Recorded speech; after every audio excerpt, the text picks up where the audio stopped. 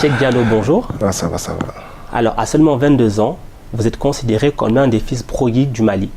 Né à Caille, vous quittez le Mali durant votre adolescence, direction les États-Unis et une carrière à venir dans le basket. D'abord en universitaire, vous vous imposez par votre style et finissez par taper dans l'œil des franchises NBA pour embrasser une carrière qui n'en est peut-être qu'à ses débuts dans le monde professionnel et qui, on l'espère pour vous, sera couronnée de succès. Cheikh, bienvenue dans Facecam. Ok, merci. Alors, si vous êtes connu dans le monde du basketball, plus jeune, c'est le football qui vous passionnait. Oui. C'est vrai? Oui. Pourquoi? Quand j'étais petit, mon père m'a tout raconté. En Afrique, tout le monde joue au football. Quand j'étais enfant, mon père m'avait offert un ballon. Voilà pourquoi je ne jouais qu'au football.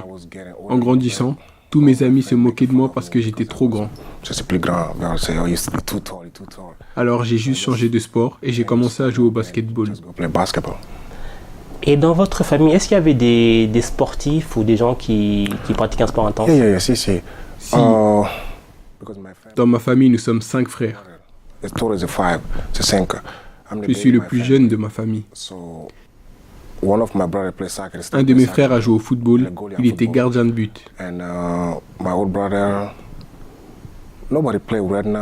Plus personne ne joue vraiment aujourd'hui. À l'époque, mon père pratiquait le handball, mais il a pris sa retraite. Donc on peut dire que vraiment le sport c'est quelque chose qui vous unissait au sein de la famille? Au sein de la famille, oui. Alors il y a un souvenir qui vous a marqué plus jeune lorsque vous jouiez encore au football. C'est un tournoi que vous avez gagné. Vous vous en souvenez? C'était comment? Il faut que je me concentre pour me rappeler, car j'étais jeune. C'était il y a bien longtemps. Quand je jouais au football, j'étais vraiment petit. À cet âge, on ne sait pas vraiment ce que l'on veut faire. Mais gagner un trophée était une belle chose. C'est tellement important. Est-ce que vous suivez toujours le football du coup? Oui, parfois. Pas à chaque fois, mais ça m'arrive. Je viens d'arriver en France et je suis parti voir le match de mon ami mercredi. J'aime toujours le football, vous savez. Je ne peux pas jouer, mais je l'aime toujours autant. Alors, récemment, on vous a vu à la télé avec un maillot du Stade Rennais. C'était pourquoi? Parce que c'est assez drôle, vous savez. Beaucoup de gens me demandent tout le temps, pourquoi cette équipe?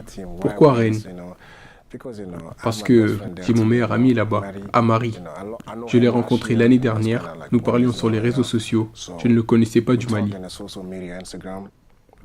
Nous parlions, il m'a dit qu'il venait du Mali et qu'il joue au football. Alors, je l'ai suivi, nous avons continué à parler. À partir de là, j'ai dit, d'accord, je dois porter ton maillot et jouer un match avec. Donc, je l'ai porté une fois. Et tout le monde s'est dit, pourquoi? Il y a beaucoup de bons joueurs, pourquoi le numéro d'Amari? Ce n'est pas grand-chose pour moi et il fallait que je soutienne mon gars, Amari. C'est quelque chose d'important pour moi, surtout parce que nous sommes tous les deux originaires du Mali. Tout le monde en parlait, surtout en France, ici. Pourquoi lui? Pourquoi pas? Est-ce que vous avez vu l'impact justement que ça a eu en France? Parce que tous les médias ont repris cette image de vous avec le maillot de Rennes, c'était quelque chose d'un peu fou, non? Un peu, vous savez, car pour moi, ce n'est pas grand-chose. Vous savez ce que je veux dire. Parce qu'aux États-Unis, ça se passe différemment de la France. En France, c'est comme si tous les réseaux sociaux devenaient fous. Ici, et aux États-Unis, les gens discutaient un peu parce qu'ils ne regardent pas vraiment le football. Tout le monde connaissait les meilleurs joueurs comme Neymar, et personne ne regarde vraiment les matchs de Rennes. Les gens étaient donc un peu surpris quand ils m'ont vu porter ce maillot. Mais j'ai dit que je devais représenter mon ami, je devais le soutenir. Donc vous deviez être content pour lui quand il a gagné la Coupe de France contre Paris. J'étais tellement excité pour lui, vous savez, je l'ai appelé sur FaceTime, il était tellement heureux aussi. Je sais d'où il vient, nous venons de la même région au Mali. Je me suis dit, tu sais, on n'a pas beaucoup d'opportunités, c'est une chance pour toi d'en profiter. Je suis vraiment heureux pour toi. On va revenir à vous et au basket. Comment est-ce que vous avez fait vos premiers pas dans le basket? Comment est-ce que vous avez découvert le basket?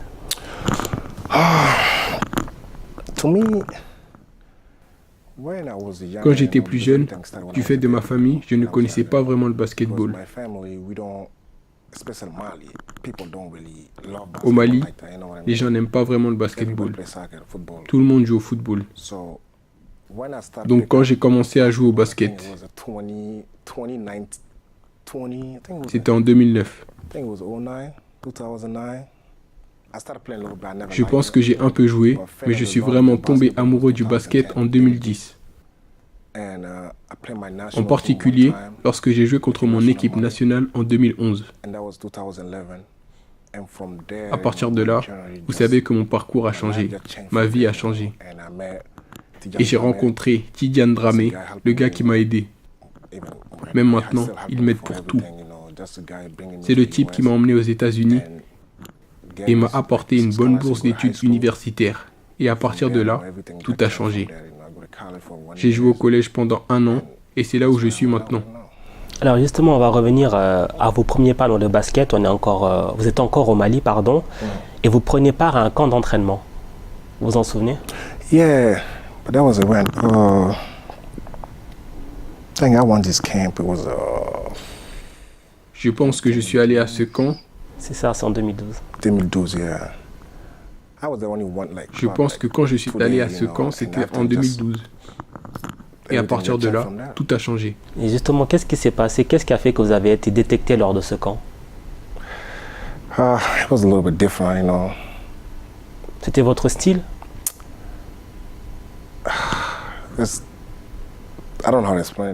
Je ne sais pas comment décrire cette expérience, pas exactement, car certaines personnes ont un camp, et le camp de Tidiane Dramé, c'est un peu différent, surtout en Afrique.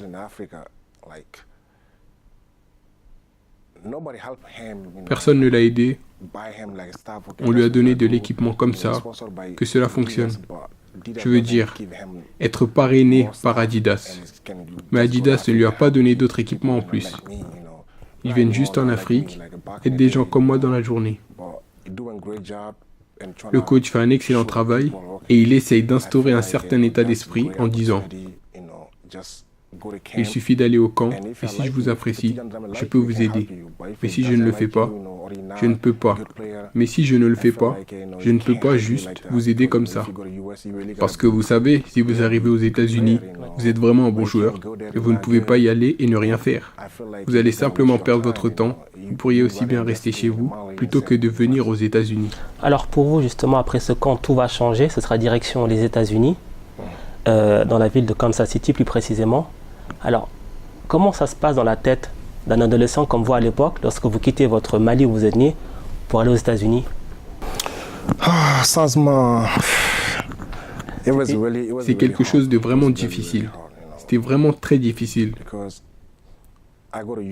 Car je suis parti aux États-Unis en 2012. Je ne parlais même pas anglais. Donc c'était vraiment très difficile. Parce que quand je suis allé aux États-Unis, c'était tous les jours, il neigeait, tous les jours. Alors j'étais comme, waouh, je ne pense pas pouvoir y arriver. Il faisait trop froid, beaucoup trop froid. Alors j'ai appelé Tidiane, je lui disais, je ne pense pas pouvoir le faire. Et il m'a toujours dit, comme, non, tu ne peux pas. Et un jour, j'ai appelé mon père. J'ai dit, je ne pense pas pouvoir le faire. Mon père disait, non, nous avons sacrifié notre vie pour toi. Il n'est pas question que tu retournes au Mali. Que vas-tu faire là-bas? J'avais 15 ans, mais je me disais, je dois être un homme, je dois avoir la mentalité. Car un jour, ma famille va me regarder et me dire, Cheikh, c'est l'heure. Maintenant tu dois nous aider. Nous avons tout fait pour toi quand tu étais petit. Il est donc temps que tu deviennes un homme et que tu gères la situation pour nous. Je dis toujours aux gens, qu'ils viennent d'Afrique, du Mali, de la France, où que ce soit, les États-Unis, ce n'est pas une blague. Aller à l'école et jouer au basketball, c'est vraiment très difficile, vraiment difficile. Je me demandais pourquoi je le fais. parce que c'est vraiment difficile, vous savez. J'étais tellement désespéré que j'étais vraiment très déprimé chaque jour. Parce que si vous ne parlez pas anglais, je pense que c'est fini. Parce que vous devez parler anglais d'une manière ou d'une autre. C'était donc ma principale difficulté aux États-Unis, la langue. Et du coup, justement, le fait d'être éloigné de vos parents, mais qu'ils vous motivent malgré tout, est-ce que c'est ça qui a fait votre force pour réussir? Je pense que oui, car quoi que je fasse, je le fais pour ma famille. Vous savez, ce que je fais dans la vie, je le fais pour ma famille. Ma famille est mon modèle, en particulier mon père. Je lui parle pratiquement tous les jours, ma mère tout le temps, parce que quoi que je fasse, je le fais pour ma famille, mon pays. Ma famille est numéro 1. Alors chaque fois que je pense à ma famille, même lorsque je suis au gymnase, je shoot, je fais ce que je veux dans le gymnase. Je veux m'améliorer dans tout ce que je fais dans la vie. Je ne veux pas être deuxième, je ne veux pas être troisième. Je veux être le meilleur dans tout ce que je fais. Je me dois de continuer à travailler tous les jours. Alors donc vous allez découvrir le championnat universitaire à Kansas City. Comment ça se passe la première fois que vous jouez un match de championnat? Il y a l'excitation?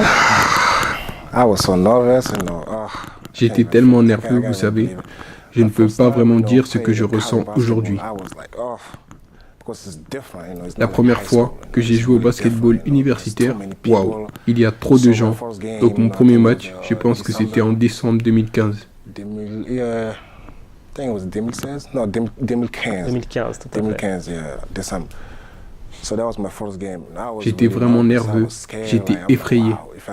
Si je ne joue pas bien ce soir, ce n'est pas bien. Mon premier panier était un dunk. Je me sentais bien.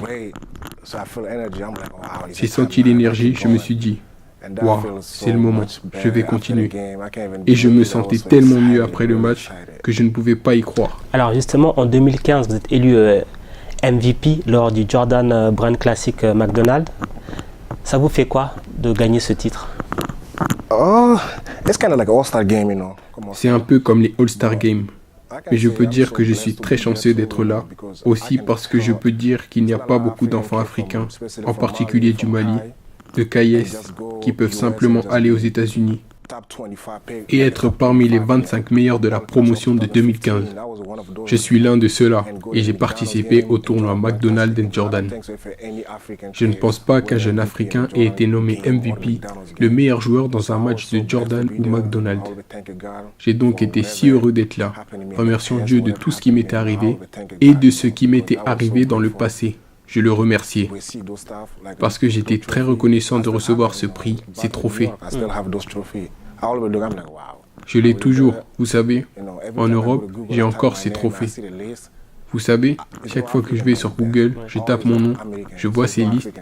Il n'y a pas de nom africain. D'être le premier. Et le seul. Oui, je suis le premier. Je suis le seul.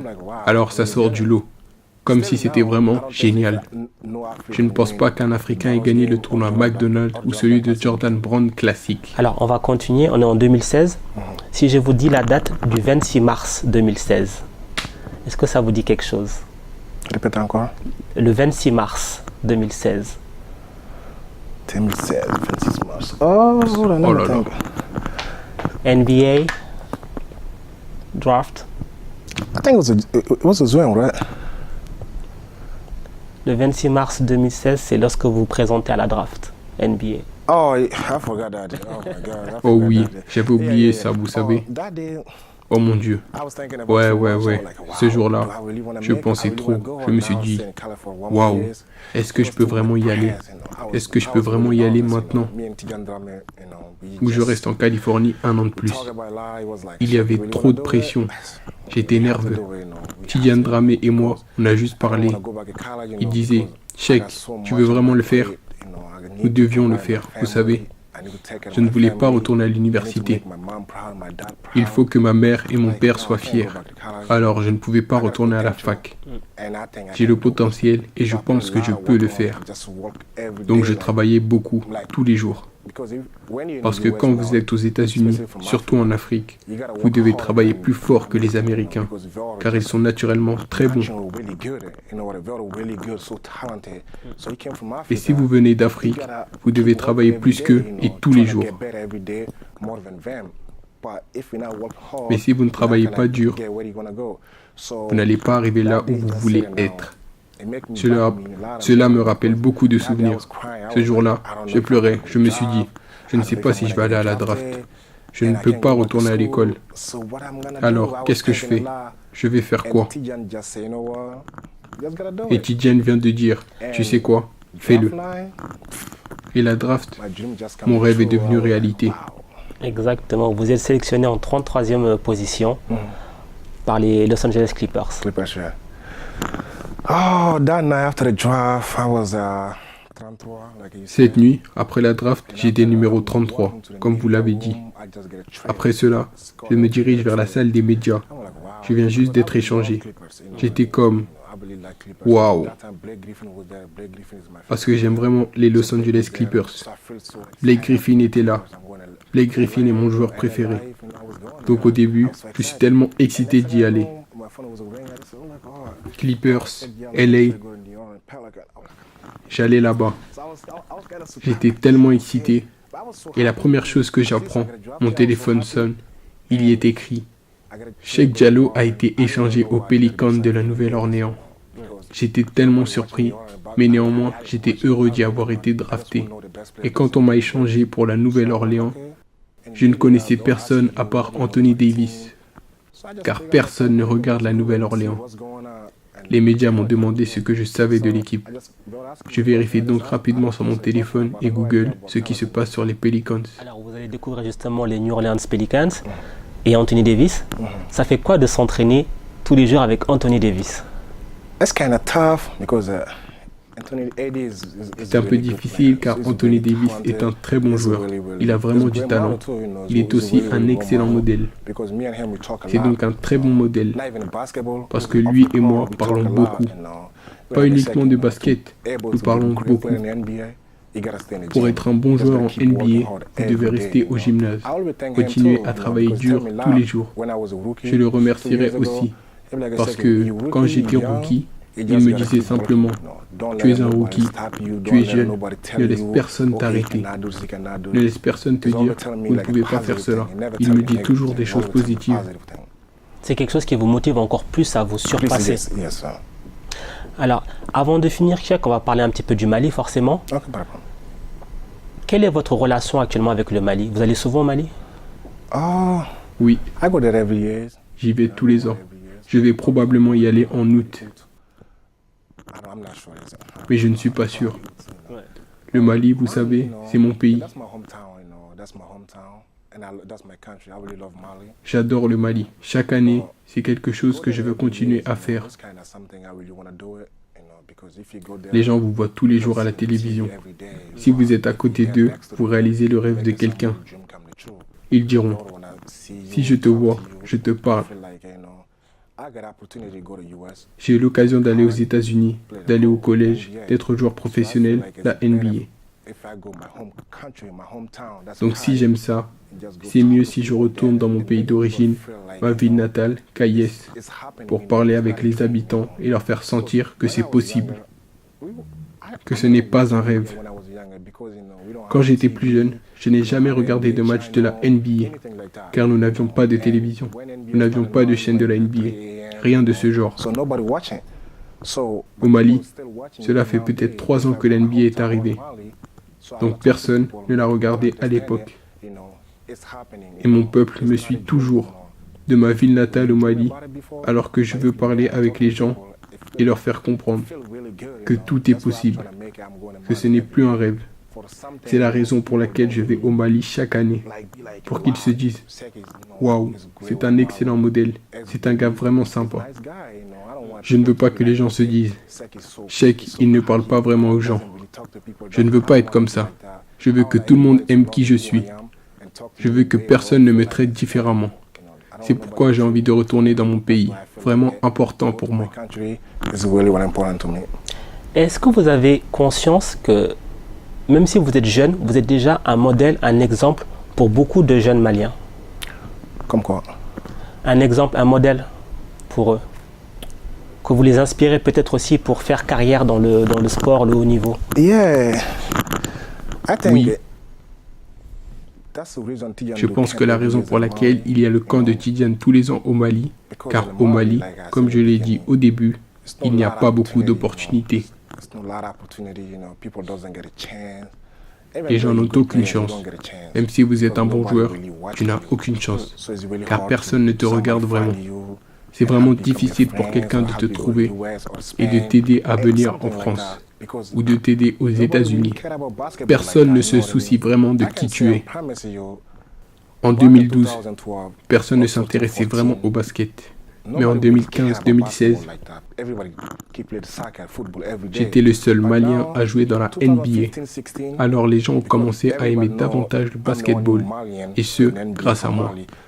Mon peuple ne s'en souciait vraiment pas avant. Ils ont commencé à regarder de 2016 à maintenant. Beaucoup de Maliens, d'Africains, adorent le basketball. Je n'étais rien. J'ai grandi de rien. Moi, venant du Mali et jouant à la NBA, c'est énorme.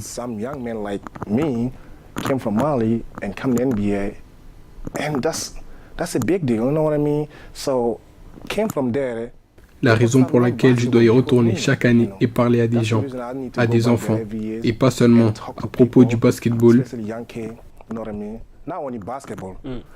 Je sais que je peux changer la vie de tant de gens au Mali, et pas seulement au Mali, dans toute l'Afrique. Je sais que je le peux.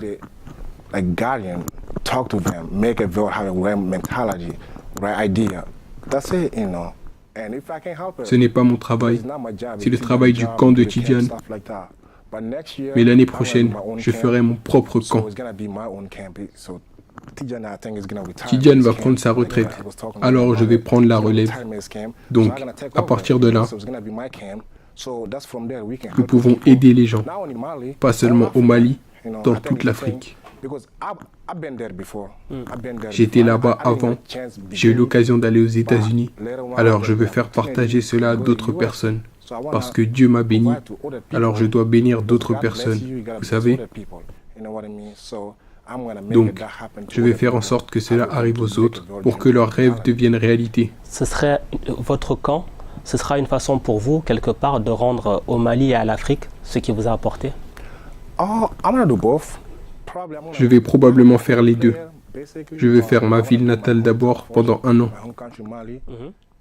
Les années suivantes, je vais probablement voyager dans une grande partie de l'Afrique et j'établirai le camp là où je pense que ça peut marcher. Il est vraiment très difficile de développer le basketball. Il faut avoir un sponsor. Je suis parrainé par Adidas,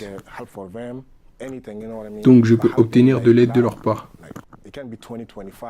Pour aider un maximum de gens, il faut des gens de 20 à 25 ans, mais aussi de plus de 60 ans. Il y a tant de joueurs, vous savez, donc besoin d'aide de n'importe qui.